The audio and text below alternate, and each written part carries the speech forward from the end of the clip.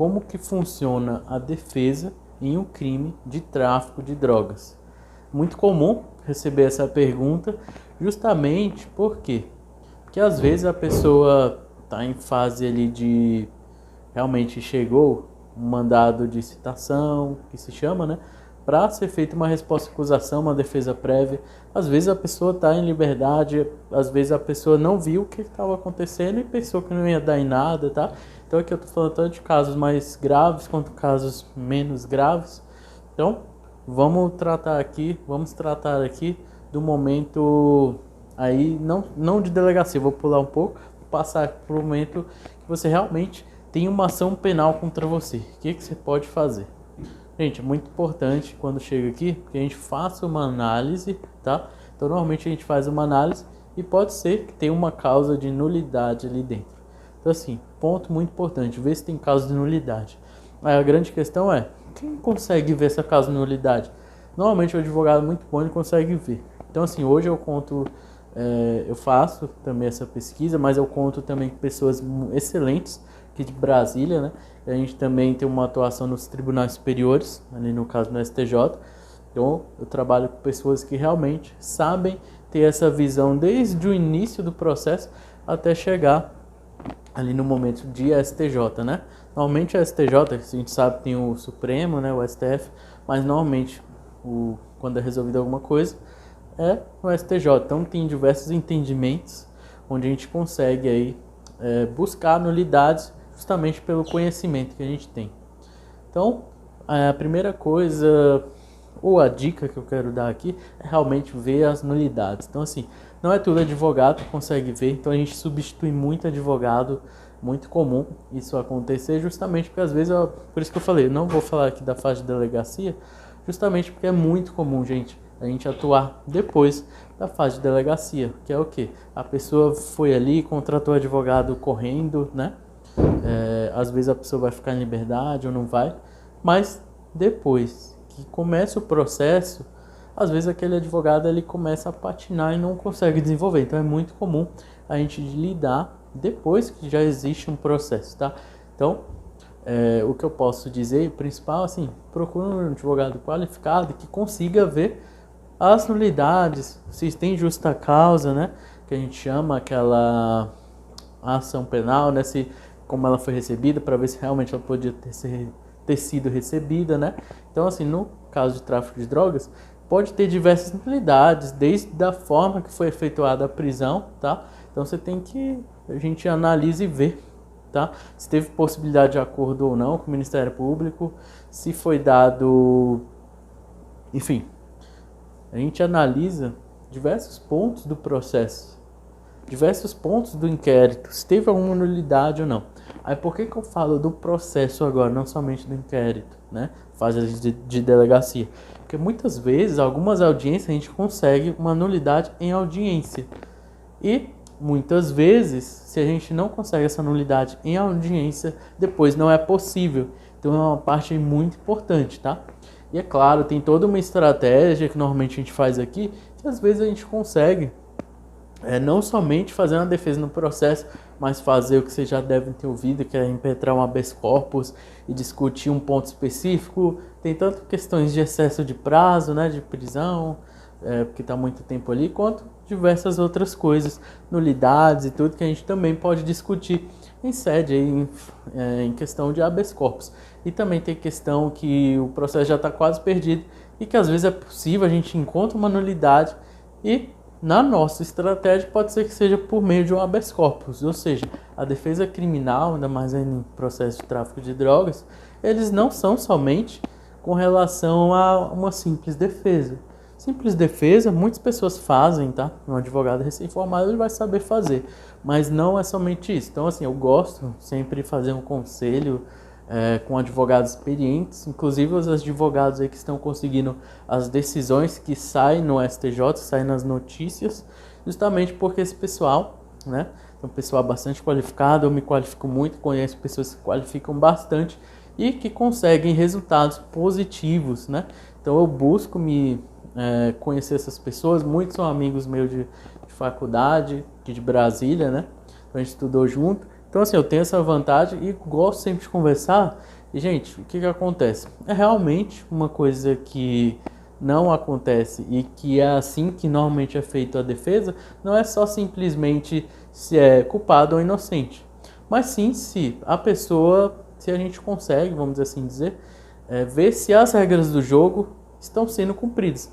Às vezes, muitas vezes a gente não está ali para só falar, ah não, ele tem razão, meu cliente tem razão. Não é somente isso. Às vezes tem um jogo, tem um tabuleiro assim, que se você não jogar, por exemplo, xadrez, se você jogar fora das regras, poxa, a gente, vamos dizer assim, a gente tira todas aquelas peças e fala, não, esse jogo aqui está anulado, vamos começar tudo de novo. Então, assim, tem diversas questões que a gente analisa. Então, só exemplificando aqui o jogo de xadrez, e é muito, e a gente chama que mesmo estando tudo correto, a gente tem um xadrez processual lá, que é que nem eu falei. Tem a simples defesa no simples defesa fala assim, né? Tem o que é padrão, o comum, que é a defesa dentro do processo, mas também, às vezes, a gente maneja assim, vem com uma outra ação, que é o habeas corpus, que ele é diferente daquele processo para tentar. Às vezes a gente tenta 5, 10 vezes, e às vezes a gente consegue na vez 21.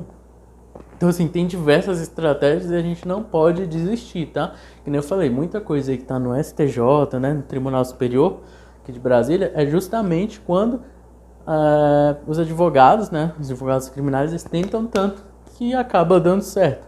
Então, vem um entendimento novo, né, e cada dia que passa vai tendo um entendimento novo. Então, eu quero que vocês entendam que a defesa, ou seja, a defesa no processo de tráfico, ela é parecida com o processo comum? Só que a gente tem um processo aí que ele é um pouco diferente. Tem uma vara normalmente especializada, que é da parte de tráfico de drogas, e a gente tem diversos agentes. Já agentes que eu falo assim, né? Diversas formas de cometer o crime, né? Supostamente cometer o crime. Que não é somente o tráfico, não é somente a venda.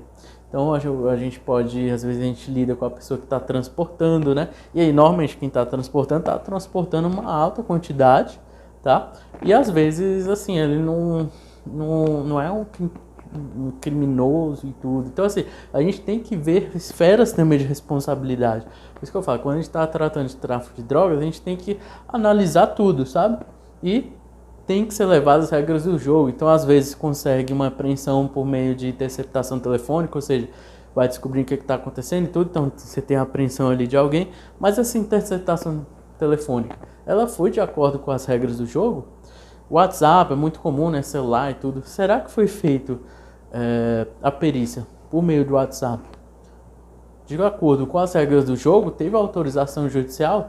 Então é tudo isso que eu coloco aqui. Então a defesa aí no caso de tráfico de drogas, né, que muitas vezes é só o crime de tráfico, mas muitas vezes a gente tem ali no meio uma organização criminosa, né? Ou seja, o crime é cometido em organização criminosa. E é que nem eu falei, às vezes a pessoa está transportando e tudo e vai ter uma pena, ou então vai ser responsabilizado por algo que ele não cometeu, que é muito maior, mas o órgão de acusação, o Ministério Público, ele não vai deixar barato. Então, por isso que a gente precisa de uma advocacia especializada, muita estratégia, tá? Não é somente ação, vou fazer a defesa, vou fazer isso, vou fazer o habeas corpus, mas ver a melhor estratégia. Então, assim, é importante um corpo jurídico, vamos assim dizer, advogados, não somente um. Normalmente, sempre gosto de dialogar com outras pessoas, amigos, pessoas do escritório, justamente para a gente ter esse cuidado e fazer a melhor defesa nos casos aí de tráfico de drogas, tá? Que é uma questão totalmente diferente. Então vai depender das pessoas. Muitas vezes a gente lida com os familiares, mas a gente tem que tratar com a pessoa específica também. Às vezes a pessoa está ali respondendo em liberdade. Muitos casos também acontece da pessoa estar respondendo em liberdade porque ela está foragida. Mas e aí, a pessoa está foragida, ela tem que se entregar, ela tem que ir na audiência?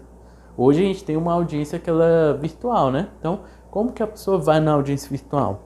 Normalmente a pessoa faz a audiência só que com um sistema, né, de bloqueio para que ninguém saiba a localização dela. Isso é correto ou não é? Claro que o órgão de acusação vai querer saber onde a pessoa está, mas eu como advogado eu não posso entregar, e às vezes não é nem que eu não quero entregar. Eu não sei onde meu cliente está. Simplesmente eu sei que ele está em liberdade, né, foragido, mas eu não sei onde ele está. E eu também não posso entregá-lo assim, também não vou investigar para saber onde ele está. Eu tenho que fazer a defesa dele. Então, muitas vezes o Ministério Público quer que o aparato da defesa entregue a pessoa, mas, gente, isso não faz sentido, porque não seria defesa, seria, na verdade, uma falta de defesa. Então, tem todas essas questões aí que num crime de tráfico de drogas acontece, diferente de um crime de violência doméstica, que é dentro de casa, e é um crime aí que ele não tem a ver com valores econômicos. A gente sabe também que muitas pessoas cometem crime de tráfico de drogas por uma questão econômica, alguns veem como um negócio, outras falam da legalização ou não das drogas, mas não vem ao caso. Mas só quero dizer que muitas vezes, é o que eu não coloco até mulheres, eu vejo mulheres que entram nessa vida justamente porque a rentabilidade é muito alta. Então, assim, tem toda uma questão também econômica, tá? Então, assim, é um crime diferenciado, então é um crime aí que realmente o órgão de acusação, né, o judiciário, principalmente em primeiro grau, já adianto isso para vocês, eles são bastante rigorosos, então é muito comum, gente, tem uma condenação em primeiro grau, isso é muito comum mesmo, salvo se tem uma nulidade, tudo, mas é muito comum. Por quê? Porque o primeiro grau, ele está muito perto, vamos dizer assim, da delegacia, do delegado e do promotor. Então ele está ali quase que, vamos dizer assim, né, ajudando a investigar, está autorizando a interceptação, está autorizando alguma coisa, uma perícia. Então ele está ali perto, tem conversas entre eles, vamos assim dizer, né? Porque, vamos dizer, o promotor vai lá explicar, ele, concorda tudo. E o advogado, às vezes, a gente fica sabendo só depois. Então tem toda, vamos dizer assim, né? Entre aspas, um relacionamento entre o promotor e o juiz, e não somente nesse caso, mas diversos casos, e eles têm um relacionamento, e a gente chega depois. Às vezes a gente tem vamos dizer assim, um relacionamento de estar sempre lá, porque às vezes a gente tem bastante atuação com aquele juiz, naquela vara específica. Mas não necessariamente, o Ministério Público tem muito mais. Tanto é que fisicamente você vai ver que tem o tribunal aqui, onde fica o juiz, e do lado, tipo, como se fosse um prédio do lado, tem o Ministério Público. Então é só ele atravessar a rua. Falando aqui só para simbolizar. E hoje que é eletrônico, né? Dá na mesma, mas eu falo assim, eles têm um contato mais diário, ou seja, é algo que realmente é diário com a mesma pessoa. Então você tem uma conexão. Agora quando você vai para um tribunal com desembargadores e tudo mais, já muda, porque você não tem esse contato diário e os desembargadores, o colegiado vai julgar de uma forma assim, né? Vai pensar no caso e vai julgar de uma forma melhor. Mas ele não só vai julgar o caso principal, por isso que eu falo do habeas corpus. Pois o habeas corpus a gente consegue uma nulidade não com o juiz de primeiro grau, mas subindo, que eu chamo, né? Em vez de estar ali no juiz de primeiro grau, vai para o segundo grau, desembargador, ou vai até o STJ, né? Que são com os ministros. Então é isso, espero que tenham entendido. Deixa um comentário aqui se ficou com alguma dúvida, e também tem um link aqui com o contato do escritório. Então é isso, abraço para você.